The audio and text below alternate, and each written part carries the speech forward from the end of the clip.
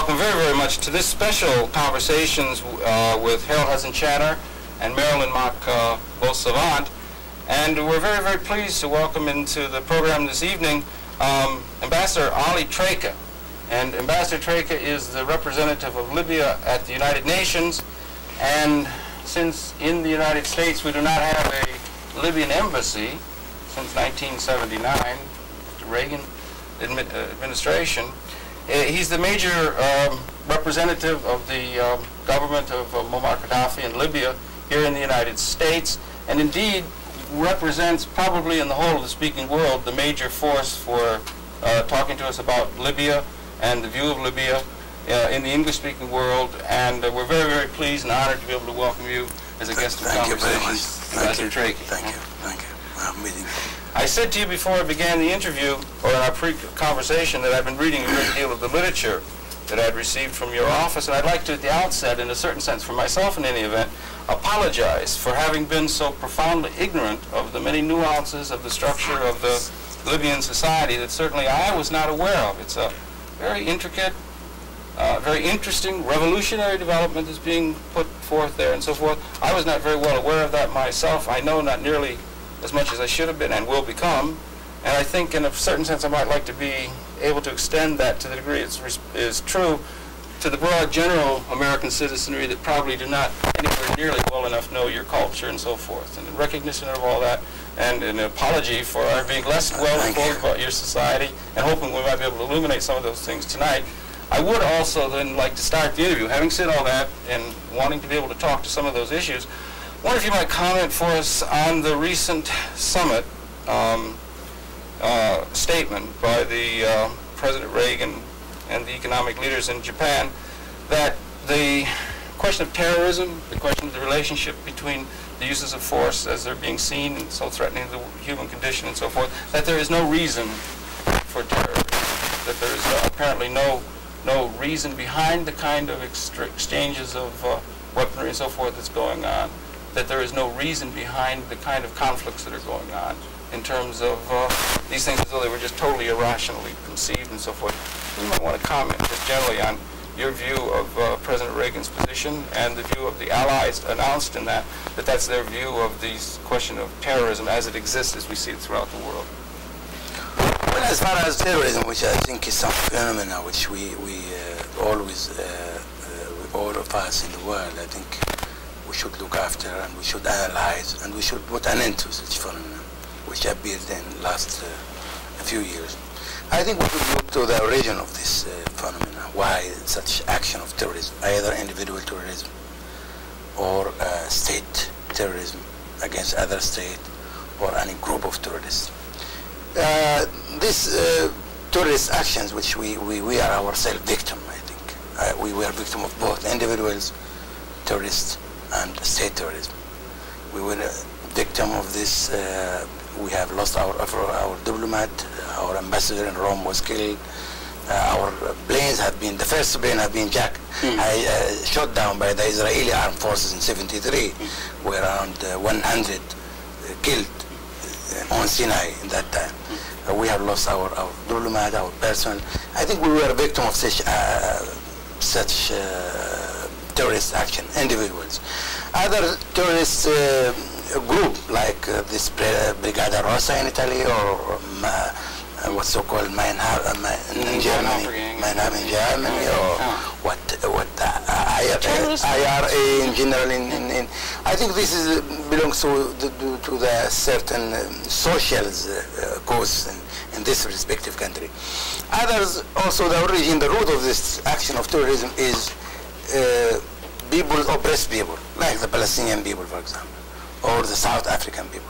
Their people ignored, denied their right for self-determination. People kicked from their homeland, and I think they have dispersed. So sometimes they do some actions which we countries, we should not, civilized countries, we should not accept. But we have to understand the reason why. You can understand the reason. We should understand the reason why these people, they are acting like this. But occasionally, would you say that something positive can be accomplished by terrorism? Well, these people, were not able to achieve their goals, political goal, by peaceful means. They came to the United Nations, They had a resolution from the United Nations. They came to the international community to give them back justice, to allow them to go to back their homeland. Then they failed. Then they started using other method, which in their belief that it might, at least if not to achieve their goal, to draw the attention of the world, the international community, to their cause, and then try to solve their own problem. I think this is why we should go back to the root of the problem and try to solve the problem. You would call this, let's say, social terrorism rather than, let's say, as opposed to state terrorism. Now, when I say state terrorism... When we are saying state terrorism, this is something different. Like, you know, what Israel is doing, for example. When Israel attacked Lebanon, this kind of state terrorism.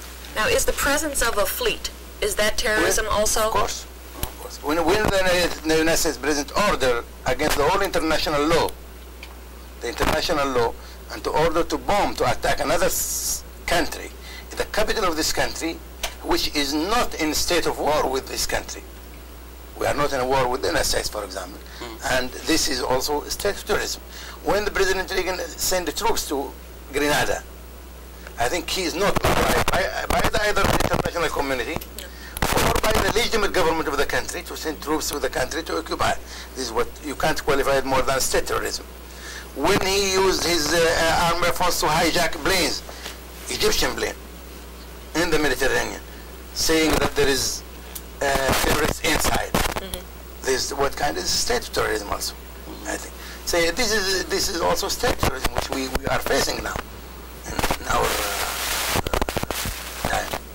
And all of the terrorism and the conflicts and the problems, the political problems that have brought humanity right on to the verge of being able to, in a certain sense, look at our own self-destruction as we look at the human condition. I think even individual terrorism, if we look now to this, the United States, for example, as an example of country, if you look to the news today, daily the news, you see this action of terrorists, one who killed this or attack this, so on and so on.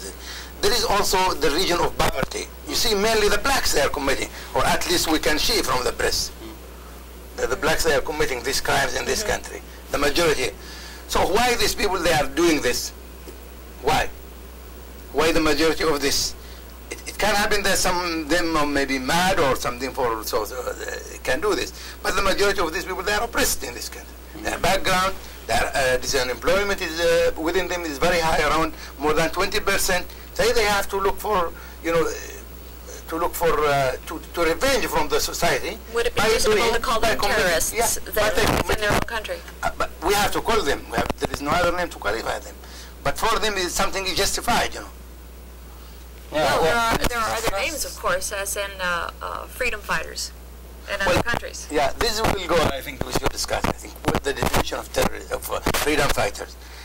Well, Palestinians or South African people who are there fighting for their dignity in their homeland, depriving from their human rights, they are revolting. I think this, for us, they are freedom fighters, and we are helping them. We continue to help them.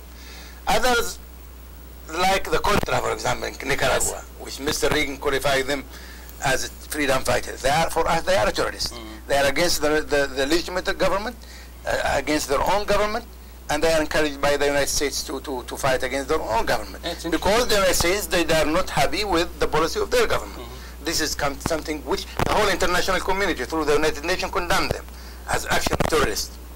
But we should really, I think, limit ourselves to the definition by the United States, by the United Nations, to the terrorism and terrorism.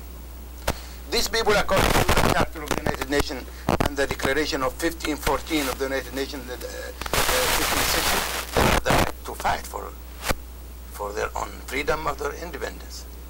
And I don't think that we should accept them as a terrorist. Yeah, and qualify them. But in general, the implication of the communique of the summit leaders and so forth was that, in a certain sense, there's no reason for the conflicts. Terrorism is an extension of the conflict between among the nations of the world.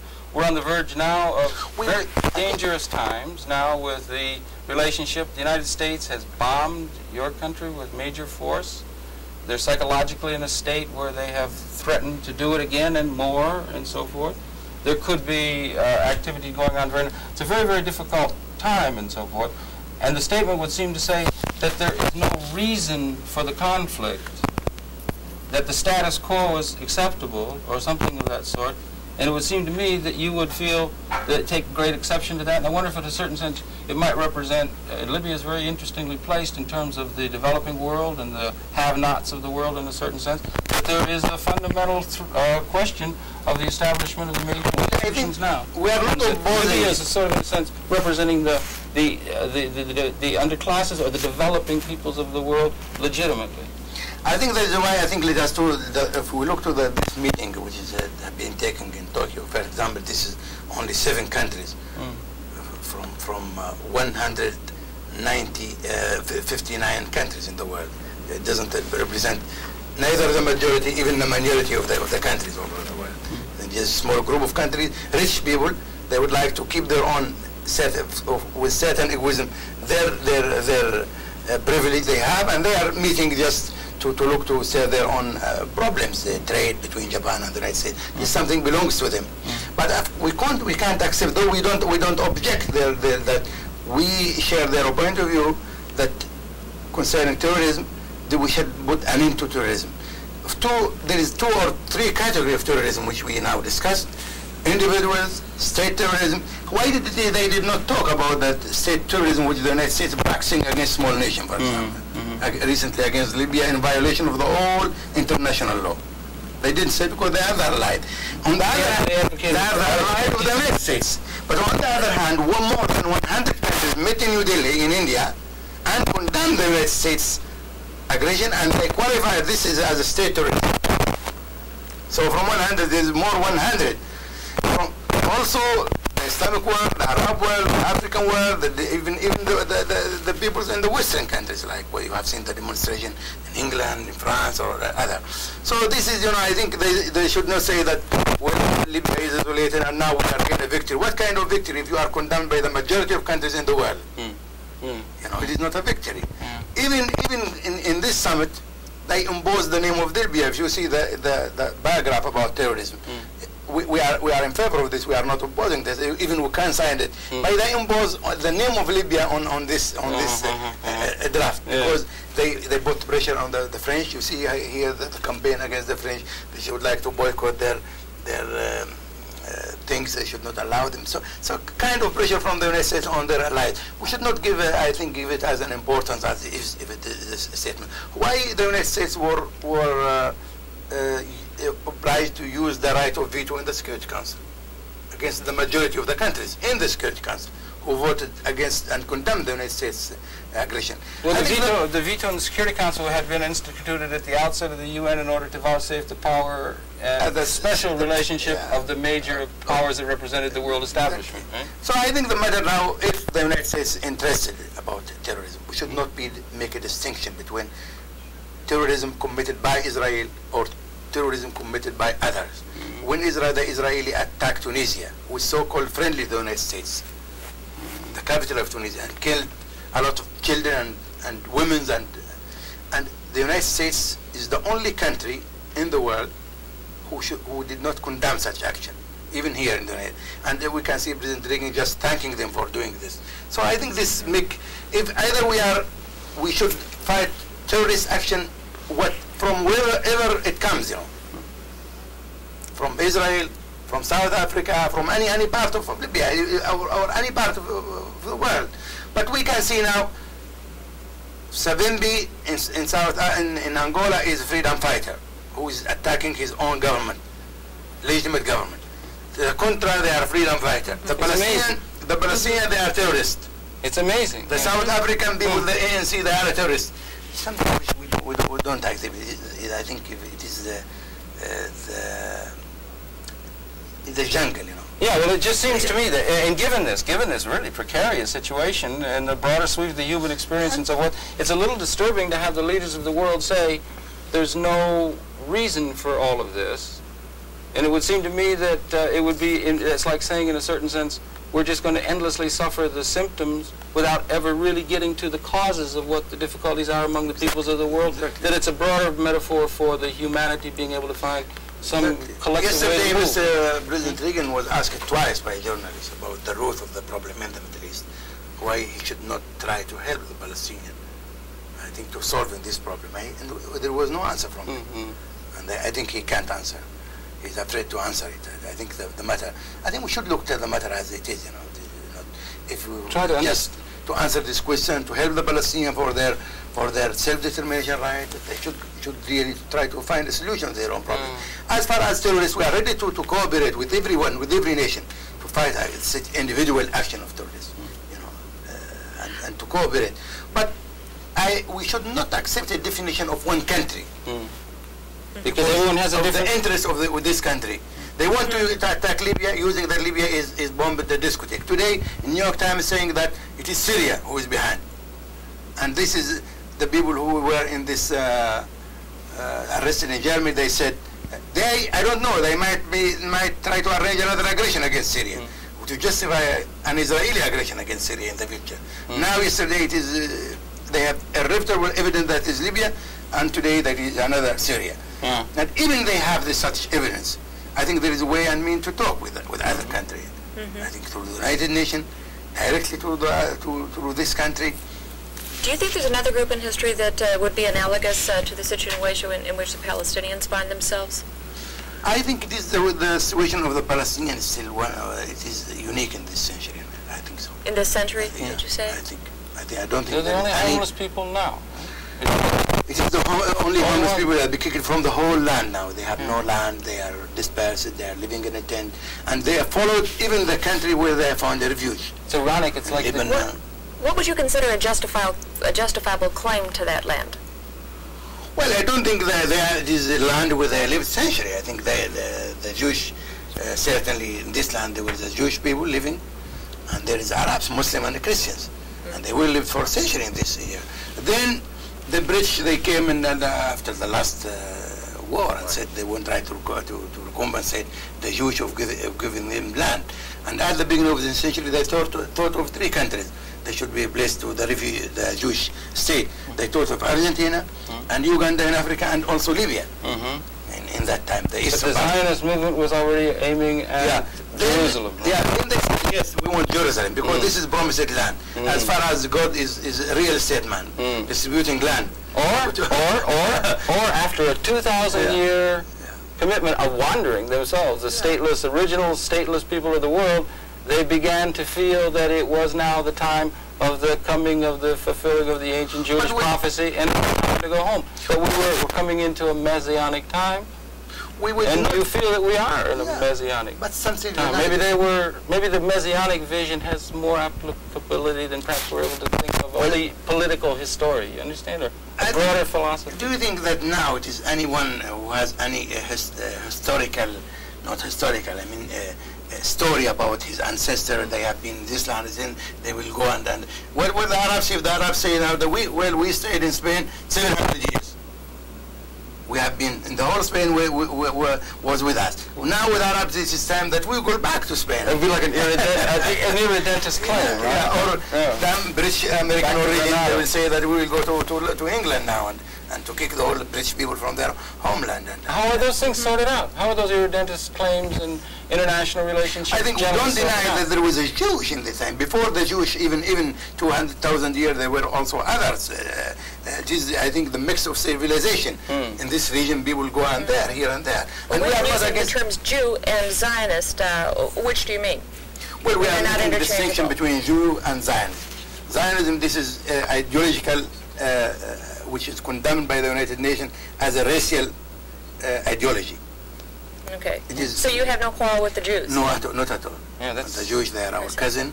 They are, I think, our friends. We have no objection. We don't deny them the right to be in Palestine. And people of tremendous contribution at the contemporary moment of human development. Intellectually, culturally, in every possible way you can imagine, they are coming to a time of a flower. We don't object. We are against them. I think they were victim of discrimination in Germany. But also we should not be accept that the other nation, other people like the Arab people should pay the price of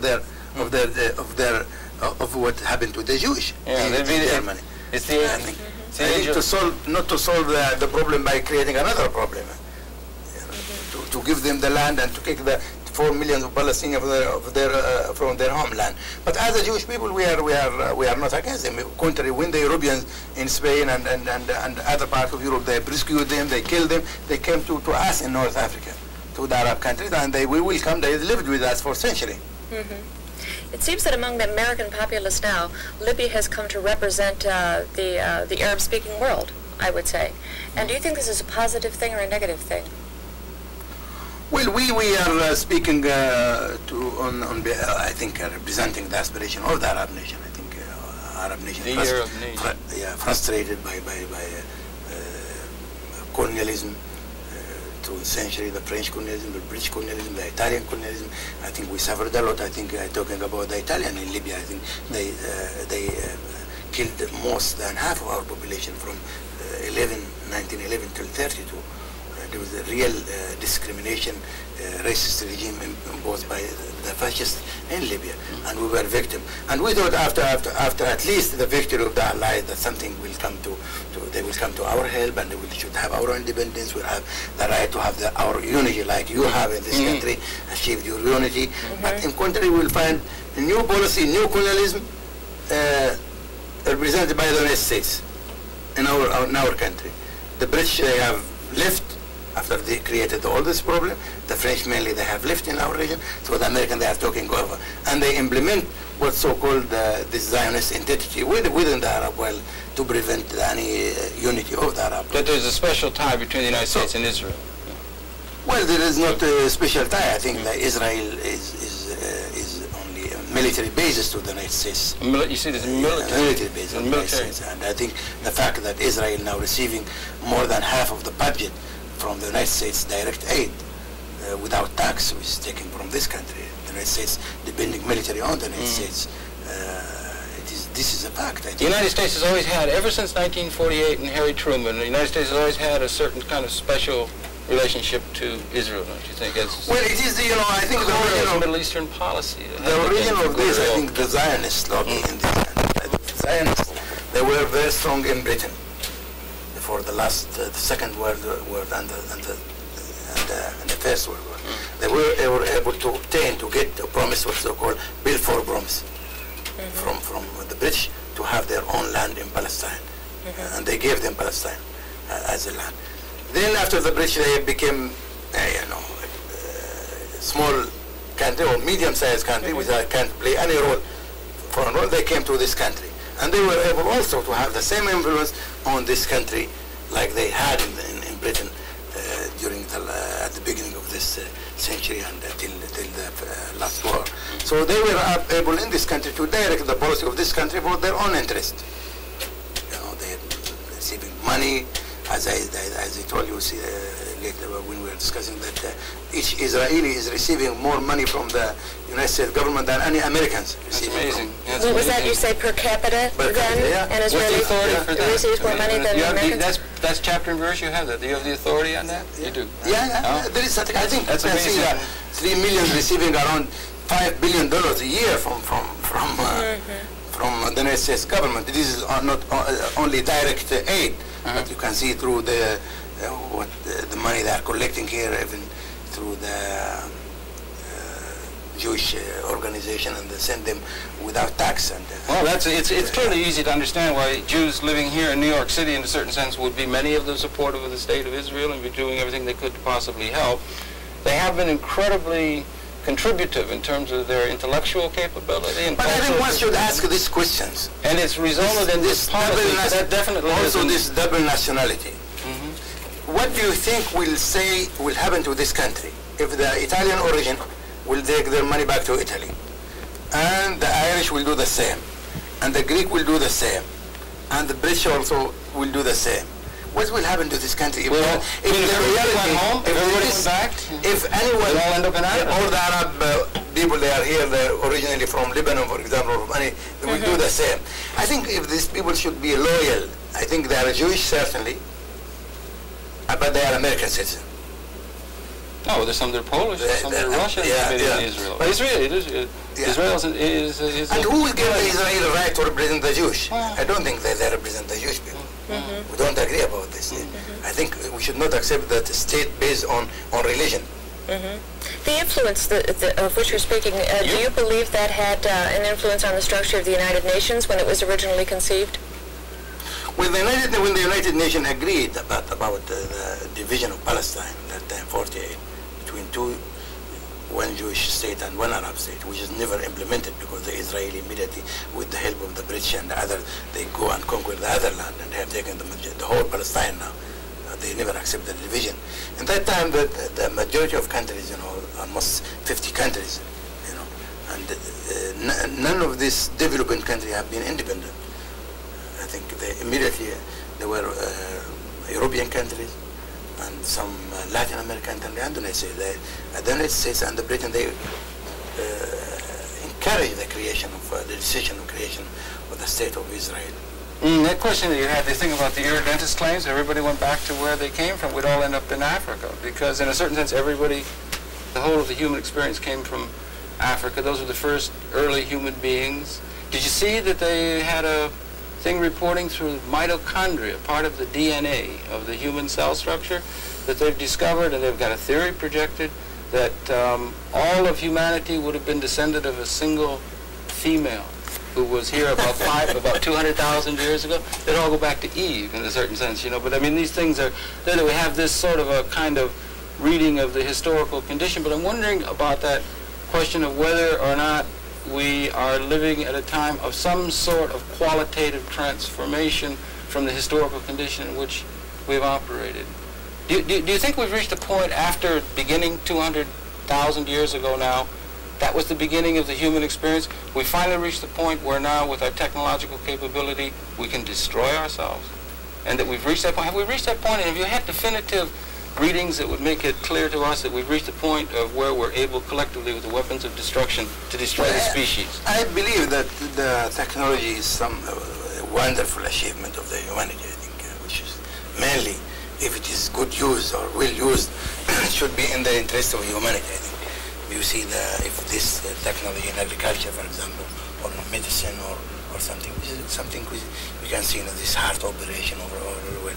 I think this is enormous progress if it is used in favor. But from the other side, also technology is misused through other arms race, which is very dangerous. Incredible. Very dangerous, and not only very dangerous, but there is the risk of the whole world that I think the whole humanity will suffer. That we could destroy ourselves. Of course. I think we are going no survivors. We are going quickly in this way. Yeah, and we're at that point, perhaps. After 200,000 years, we reach that point in this tower which you and I sit and talk. It's a special time. First of all, the world is now divided between rich and poor. That's a basic question. The majority is poor.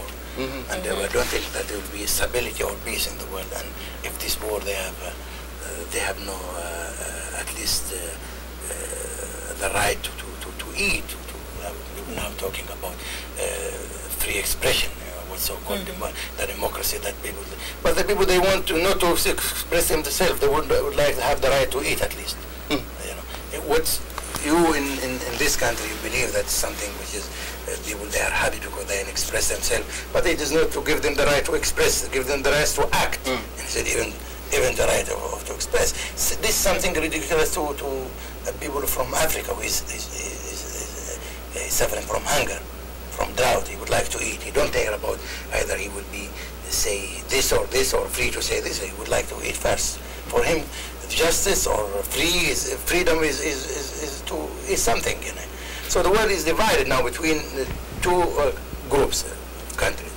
Very rich country, and the margin is growing between the two. And the margin is growing between the haves and the have-nots. Yeah. Well, technology could be simply supporting an increasing number of people, population, in an increasingly tenuous fashion, to the point that we get that we are stretched very, very thin. Yeah, but the developmental process tends to bring about a natural decrease in the population increase problem, which ultimately is a problem that is going to have to be reached, supposing but I think continue. We are not discussing this seriously. I think through the United Nations now we have, for years now, discussion between what's so-called dialogue between South and North.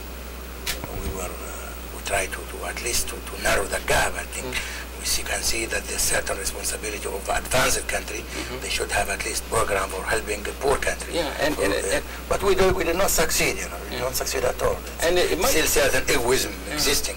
Or it might be collectively we haven't found the way, collectively among the peoples of the world and the nations of the world, found the way that permits us all collectively to be able to do fully what it is we're capable of doing in the service of ourselves collectively and even ecologically considered, because we're so busy fighting. And if all the weapons and the capability that's put at the destruction, that we have the capability of making the world work for everybody now, right? Well, I think as an abstract. Perhaps not as the institutions are constructed, but in an abstract sense that we haven't had historically, that we could make the world work. Well, I think with the technology, with the means that we have already in the hand of humanity in general, I think we can do a lot.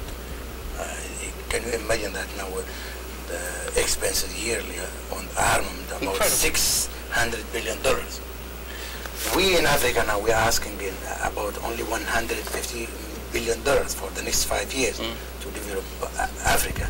Can you imagine this, at least half of this amount of money spending now for on developing country to feed them, to give them the at least infrastructure, for infrastructure. It's enormous money, It's something which we can.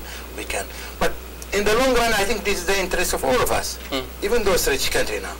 Of course. Even those countries. But the disquieting thing is that collectively among the nations of the world, we haven't found a way to do that, and we're on the eve of blowing each other up. Exactly. Incredible. Returning to the subject of Libya specifically, I would like to speak from a global perspective instead of a partisan one, because I believe it's one of the biggest problems between peoples, between nations, of course, partisan perspectives.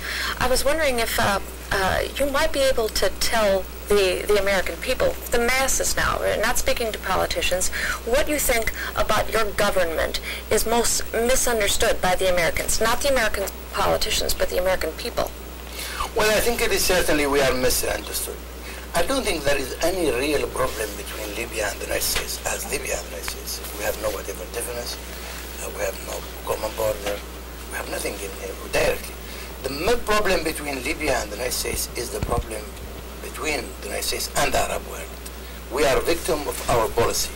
We are saying no. We don't believe that the United States policy in the Middle East is a good policy. It is a wrong policy. And we were one of, look to Nasser, for example, in Egypt. The United States opposing him and isolate him and try to isolate him and sanction and so on. The same happened to Libya. The problem between us and the United States is the Palestinian problem. We have no other problem. I have a discussion with the United States government, with Carter administration. I met with Mr. Vance. We discussed, and we said what the problem between us. And at that time we said, well, there is minor problem between, embassies building or something, which is we can solve. The main problem is still this Palestinian problem. The policy of the United States in the Middle East is one-side policy. It is not balanced policy. But there was a great difference between President Carter and President Reagan. Still, I don't think there is a big difference concerning the Middle East policy. I think the difference that Mr. Carter is a statesman. He's ready to talk and to dialogue. While Mr. Reagan is refusing any dialogue. He would like to impose his volunteer, his condition on small nation. He doesn't want to accept friends, or say even people to express. He would like to have satellite. So it's not as much of a difference of a new U.S. policy changing, but more the changing of the regime. I think presidency. I think the difference between the two administrations, and I'm talking about Middle East, other areas, maybe the difference, interior policy or other. Yes, no, but just still in the Middle East, I think Mr. Carter at least meet with other heads of state. He would like to understand. He would like to dialogue. Would like to have talks. It happened that we should not agree, and we should not agree about everything. Even the members of the family, they can't agree sometimes about everything. They should accept the reality that we are not belonging to the same nation. We have different. We have culture different. We have economic interests which is different from each other. But nevertheless, we have to talk, to dialogue, to discuss the problem. But this administration, no. In this administration, either there is only two colors in politics, black or white, either to be with us or not. If you look now to the way they are dealing with the small nation, for example, in the vote in the United Nations. They're sending them threats, letters. You have voted against the United States, then we will not give you help next year. Something with pressure. Dignity of countries don't accept this. Even they are poor, even they are a small nation. I think, I think this is the main problem. The Palestinian issue is the main problem between us and the United States. We don't agree about that. But that is part of a broader problem in a certain sense, because in a certain sense you would see Israel and the United States policy toward Israel as essentially a neo-colonialist, imperialistic infringement in that area, in a certain sense. No doubt about it. In your view of the thing. In our view, the United States is following an imperialist policy in the Middle East. And then, look, now they are saying they would like to play a role in the process of peace in the Middle East. They refuse to recognize the PLO, and they want the PLO to recognize Israel. It's not logical. How I can, if you don't recognize me now, how can I talk to you?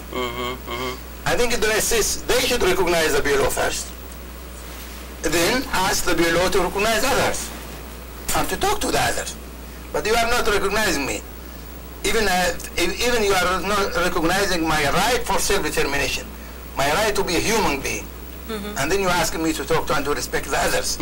This is something not logical. So the problem between the United States and Libya is they are using Libya as scapegoat. There is no any big difference between them. What is Libya is representing? A small nation, 3 million? 3 million people. They are developing, they are building their own nation. And how many people in the Arab world? 150 million. 150 million? So this is, they are using Libya. Other thing I think with this administration, which is the dangerous policy, you are talking about now nuclear maybe, war. Yes, indeed. This administration, they don't believe in detente. I think why they are using Libya as scapegoat, Mr. Reagan has anti-Sovietic feelings. I think you remember when you go to the radio to address the Soviet Union people to revolt against Soviet Union government. It's something which never happened in the history. That head of state will go to another, to direct other people to revolt against his own government. And they did it also with, I think, Cuba, when he went to Florida and addressed to the Cuban people saying, Castro no, Cuba si, and so I think you hear about this. So he can't attack the Soviet Union. It is too risky for him. It means that war, large war. He will try scapegoat in small countries, friends to the Soviet Union, but not protected directly within the Soviet Union military defense, like Nicaragua, Grenada, Libya. And you now become the embodiment of the he is Libyan scapegoat, an easy target. Something which he can please the Israeli without losing anything inside, because Libya has no lobby in this country. But the underdog. The underdog, yeah. Oh, why did Libya close the embassy in Washington, D.C.? They closed them. They did not close the embassy. Well, do you feel that there's ever anything positive in closing an embassy? Well, I don't think it is a good policy to close. You have an official presence here. Yep. You're the only official presence. I am here in the United Nations. I don't think this policy of closing embassies, economic sanction, or provocation, military aggression. That's a problem. It clearly all represents a failure of our collectively finding some really appropriate way for us to live together, doesn't it? I mean, you said before that if it was an extension of American policy in the Middle East, would be an essentially imperialistic one, and that might come from a Marxian analysis of understanding human condition and so forth. But Libya is not Marxian, and the revolution that you're trying to instigate isn't a Marxian one. It isn't based necessarily on Marxian principles. You're trying to find a middle ground in terms of your philosophy. Exactly. We are not a neutral country. We are not communist country. We don't believe in communism as an economic system. Is there another country outside? We don't believe in capitalism as economic system. Right. I know. You're trying to do something. We have our own. We have our religion. We have our traditions, and we have something which can be useful to us. It is not a copy to bring capitalism to implement it, or to bring communism and to implement communism. We are against this. Is there a country outside the Arab world that you could point to? Because the people here the Arab world is very foreign to them. Is there another country that you could point to? You could say that we are the closest, let's say, politically and economically to that country? Someone that's anywhere similar? To Libya. You mean Libya? We are a part of Africa. We are very close with the Africans. We are helping them. we have a good program of help to Africa. As far as a political economic system is concerned, the sort of socialism that we're referring to in Libya, is there another nation that has this? Well, some other countries are starting to follow. In Africa, I think the Volta started to have a similar system. In Ghana, they have started also a system which is similar. Based on partnership based in on production rather than wage slavery, as you see it, right? Yeah. In North Yemen, Republic of Yemen, they started politically certain system of this. They are following. I think this is this is an ideology which is proposed, and anyone can study it and take it or take part of it. But its implications are truly revolutionary. Well, this is, certainly. Yeah. I think, what does that mean, revolution? Revolution is a radical change to the best. Right, that's what I'm saying. We are doing it, trying to do. I think, if I give you an example, look to about Libya, it's 52, after our independence, we have only one secondary school. The Italian did not allow to the Libyan to study beyond the primary school during their occupation. And from 52, when our revolution started, how many universities that we have now, how many schools we have everywhere, in every village, electricity in every village. So what we did is something, this irrigation system, the claiming of land from the desert. We claimed more than 2 million hectare from the land now, after our revolution. And we have this Made Man River, which we are doing now with the help of some American even company. Would you say then the word revolution has a positive connotation? I thought that's what I understood here. It seems to be a sweeping change, but would not necessarily be positive. The revolution is something for the best of the people to change radically and quickly, I would like to narrow the gap between the advanced country and we ourselves. The question is not only Palestine, it's the question between the have-nots and the haves, so the establishment and the people who would have some alternative system or something. Maybe there hasn't, and there's a negative reactionary kind of attitude in your estimation in terms of the establishment, in a certain sense represented by Mr. Reagan, his policy. Well, as I said, Mr. Reagan's policy towards Libya, I think it's justified by background. His anti-Soviet policy is also background. When the revolution came, they were used to have American military base in our country. We kicked them. We asked them to leave. British also. And so, of course, they will not allow the Soviet to come to our country. Unless we have to do it. Unless you have to. You think there's a chance that might happen? You think there's a chance that the Soviets might I presume that if this policy of Mr. Reagan provocation and sanction and aggression against our country, I think we have to look at the Soviet Union. They are friends to us, and we will ask their help. They're friends, but you're not. We are not in their philosophical camp or Marxism, but they are. But I think this policy of one color of Mr. Reagan will lead a lot of countries to go to the other side. To the other side, and might be able to see. You said at one point you felt your economy and the direction in which you're trying for your society equated in a certain Euro sense to Sweden. Do you think there's a model or a we are following a social justice, social structure, which is very near to Sweden and for somehow I think social rather than economic or political. Security and people I think concerning this concept of partnership rather than partnership and wages, and you're interested in basic questions of the way these societies are organized. Do you think that any of the objectives... We are against the exploitation man by man, which we don't accept. I think you have the right to get your needs, to work, to get whatever money you want, but you should not exploit others. In other words, if a man owns a farm, he should be working, he and his family, extended family should be working the land, and no one else should be farming. No one. If he uses others, they should be a partner with him. That's an interesting thing. Technology increasingly is responsible for production in the advanced societies, and probably will. Robotics, other kinds of things are going to be able to be relative to production in a broad general sense and so forth. And the technology, by and large, is owned by very, very few people. Do you think there's anything could be said for expanding the ownership base of technology to greater numbers of people who've not had effective portfolio ownership in technology? I think we should start by regular systems, if I could, please, to invest in such a way that would be able to bring a, I don't know what an unlimited capital formation capability, availability to us collectively to do what we technologically know we're able to do within a certain kind of context. but with the institution of private property ownership. You have a very interesting mix of philosophy: social equality and private property and ownership and so forth. I think it's possible for us to have some world organizational system that might be able to give us political and economic system that allows us to do what we know we're collectively capable of doing in a positive way, rather than the foolishness of entropying into some sort of a nuclear holocaust that will destroy us all. Aren't there some ways? Are you generally optimistic or pessimistic concerning the human prospect? I think we have the experience now of two economic systems, the capitalism and communism. And we have certain socialism, but it is not, and both they failed, you know. We look to the capitalist country, look to this country, for example. How many people are poor people in this country? Yes, this country, growing. Growing, the employment within black and others. That's something we. So this is experience. The communists also, the communism as system, economic system. We are not talking about the Soviet Union as a country, but the communism as ideology have failed also. And we see what's happening in Poland. You know. What you could consider indicative of failure then? The presence of, let's say, what we might call a lower class? Well, people?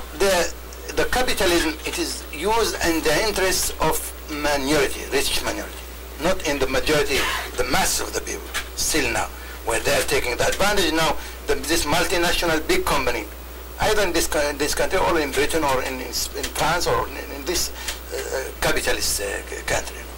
So the capitalist experience have shown certain failure to fulfill the welfare of human being in general.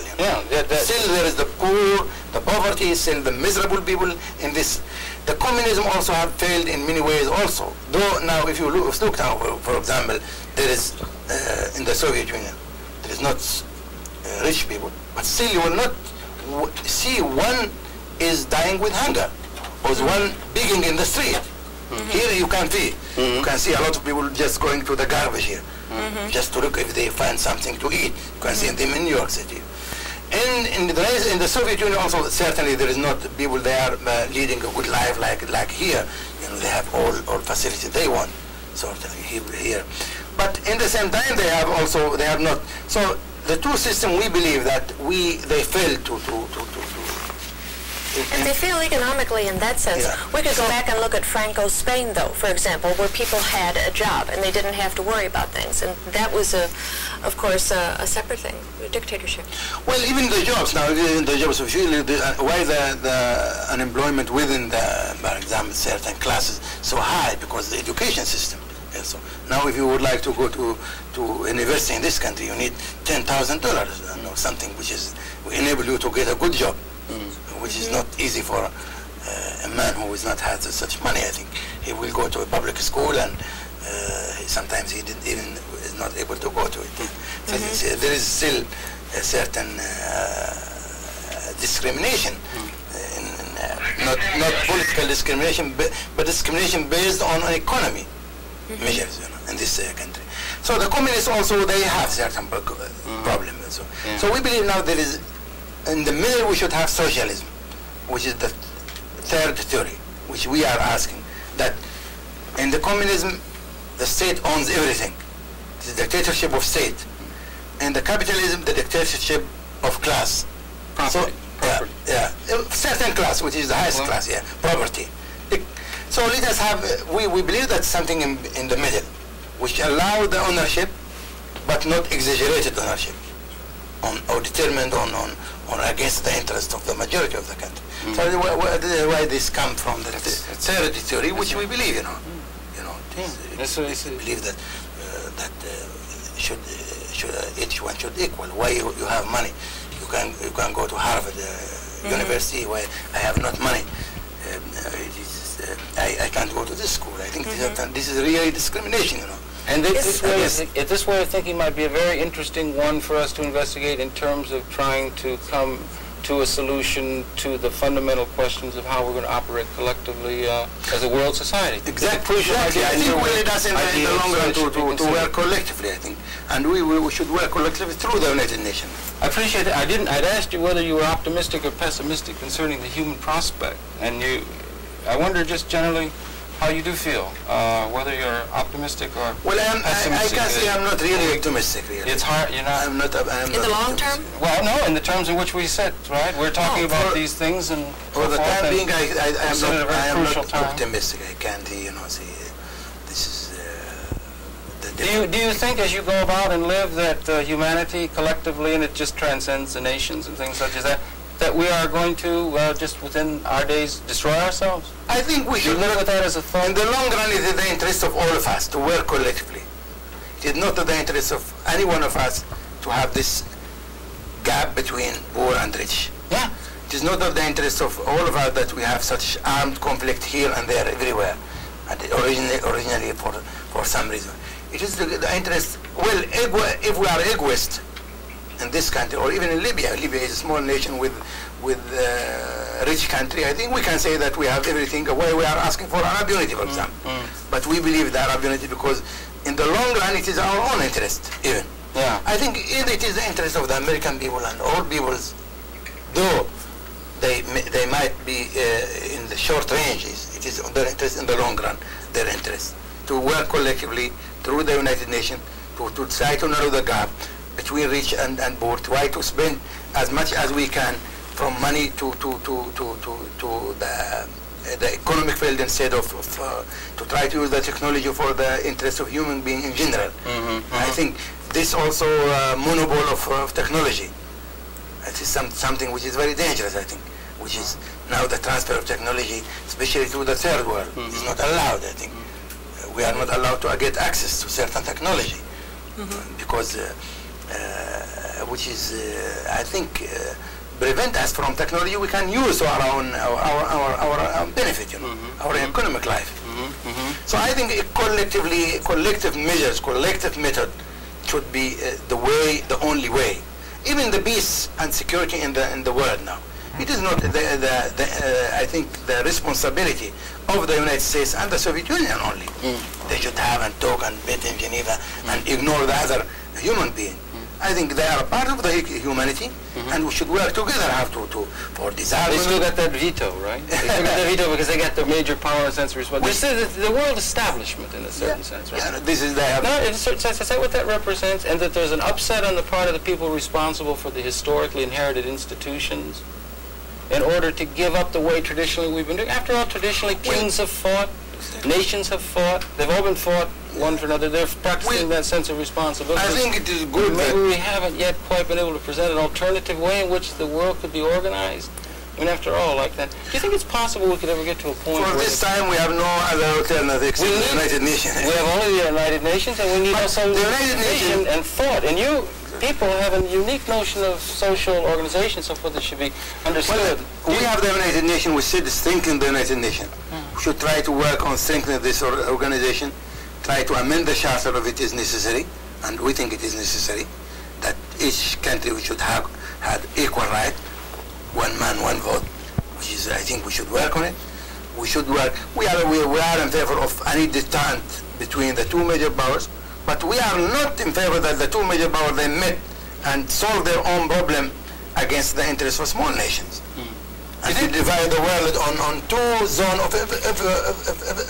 of influence, which is bad also. Do you feel there's any grand plan on the part of, let's say, the Western world against the Arab nation as a whole? I think so.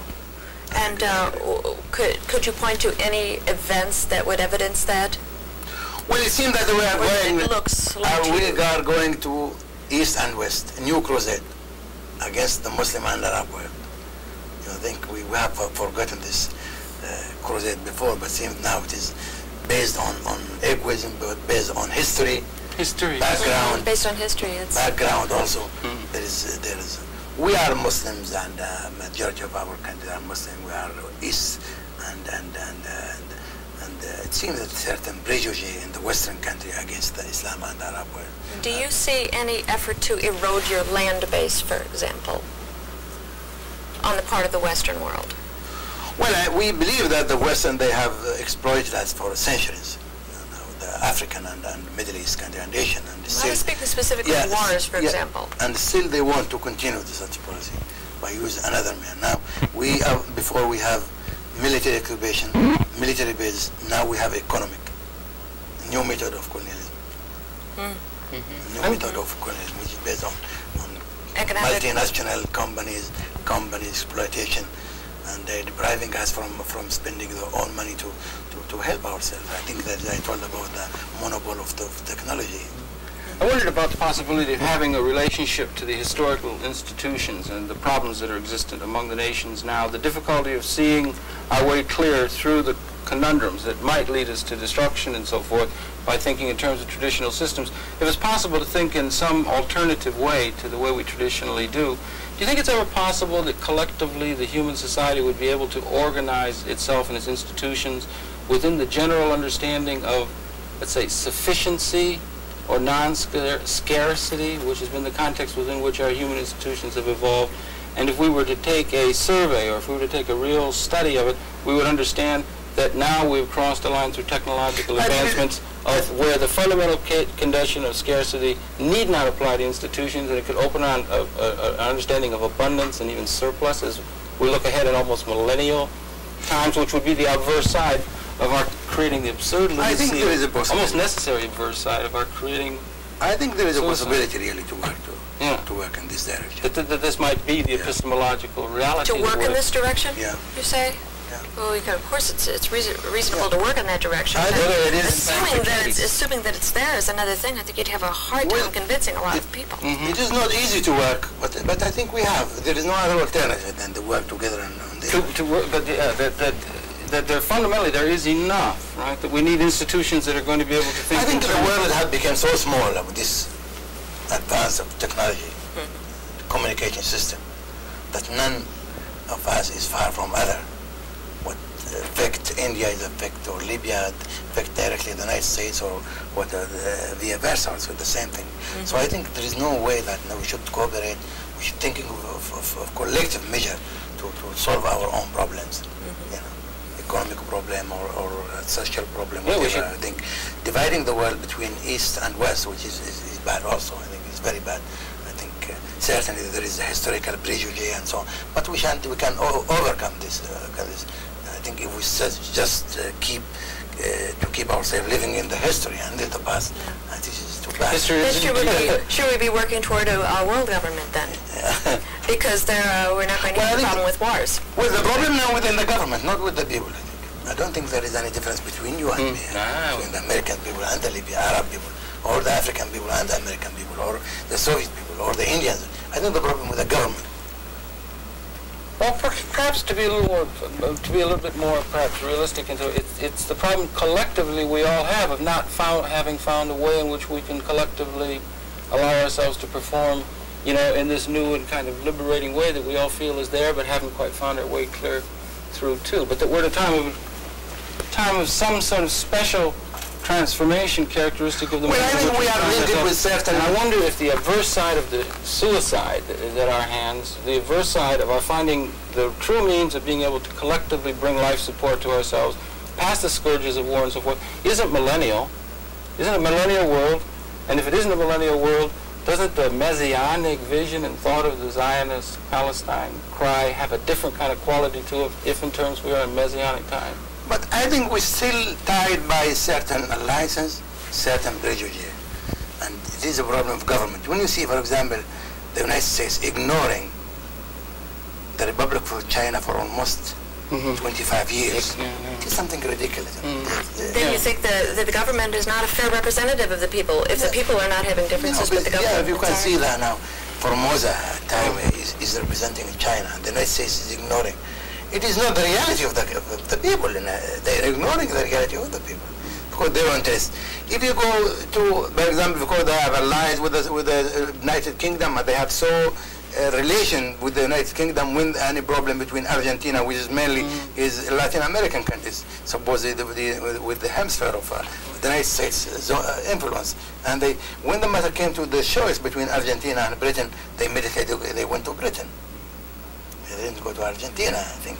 Because still the people guided by certain prejudice, by certain influence, by certain interests, by treaties which is signed by, so they don't care about, who is caring now about daily died people in South Africa from the racist regime? Daily. But if tomorrow is an Israeli died, you can see the press media here, how terrible something is, or an Italians or Germany or the nation. So this is what we frustrate us sometimes in our country. We have to see either if you are a human being, should be looked to the, because we are blacks in Africa, we have no right. We are not a human being. Or if we are Palestinian, we are not human being. We should not have a right of self-determination. These are things that something which is make us difficult. I think you can look to the frustration within, especially the young generation. Look, go to Latin America. I think when you they talk to Yankee, that means something is terrible. Something which is why this? I think we should.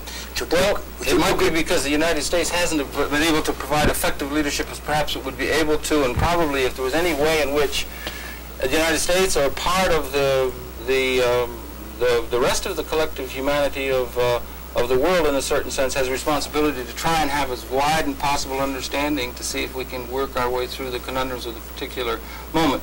It does seem to me incredibly important that the American people, in this particular crucial time, be able to have access to your thinking and to the thinking of the government of Muammar Gaddafi you represent at this particular time. I think that why we are talking about the United States mainly because the United States is one of the major powers. It has big responsibility towards the international community as a whole. Unfortunately, I'm sorry, we can go on talking for about 16 hours.